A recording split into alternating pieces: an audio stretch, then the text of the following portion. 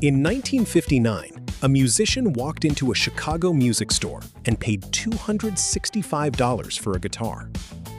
Last year, that same guitar, same scratches, same worn frets, same faded finish, sold at auction for $375,000. That's not nostalgia.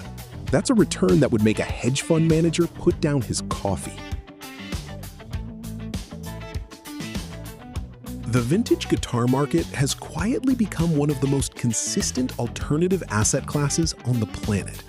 Between 2008 and 2024, the average value of a blue-chip vintage guitar, think pre-1965 Gibson and Fender, appreciated at roughly 10 to 15% annually. For context, the S&P 500 averaged about 10.7% over the same period. But the guitars didn't crash in 2008. They didn't crater in 2020. They just kept climbing. The reason? Simple supply and demand. Except the supply only ever goes in one direction. Every year, there are fewer 1959 Les Pauls. Every year, there are more people who want one. There are three instruments that define the top tier of the vintage guitar market. Collectors call them the Holy Trinity. First, the 1959 Gibson Les Paul Standard. In 1959, Gibson produced approximately 643 Les Paul Standards.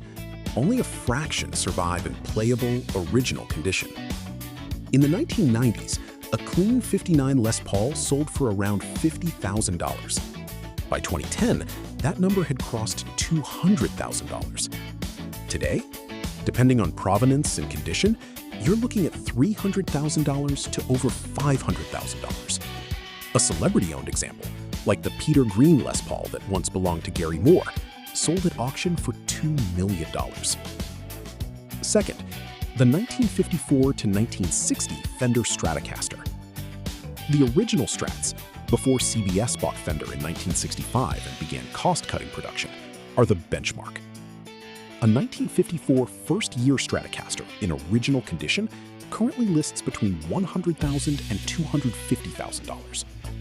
Eric Clapton's Blackie, a composite built from 3 late 50s Strats, sold at Christie's for $959,550. Jimi Hendrix's Woodstock Stratocaster, $2 million at auction. Third, the 1958 to 1960 Gibson Flying V.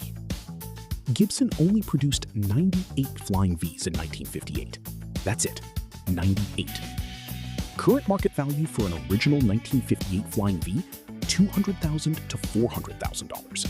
Some have exceeded that significantly based on player association.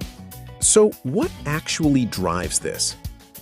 The generation that grew up with these guitars, the baby boomers who watched Clapton play a Strat on television in 1966, they're now the wealthiest generation in American history, and they're spending that wealth on the things that meant something to them.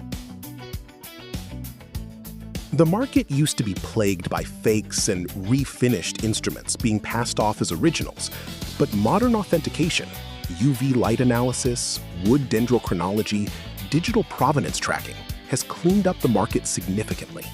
That transparency drives institutional confidence. A guitar doesn't just have to be old, it has to have a story. Kurt Cobain's MTV Unplugged Martin D18E, not even a vintage classic by traditional standards, sold for $6 million in 2020 because it's the guitar he played on that stage, on that night. Story is the asset. The wood is just the vessel.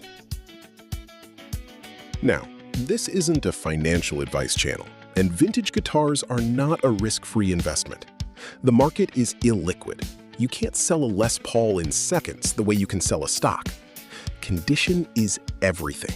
A refret, a refinish, a replaced tuner, each modification can cut value by 30 to 50%.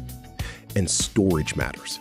Temperature, humidity, direct light, these instruments are fragile in ways a stock certificate isn't.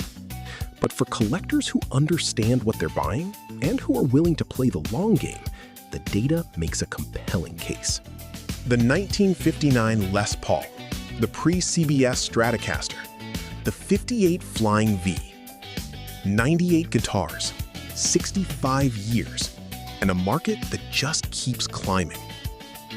Next time, we're going deeper into the gear world, looking at the modern instruments quietly building toward collector status right now, the ones you can still afford.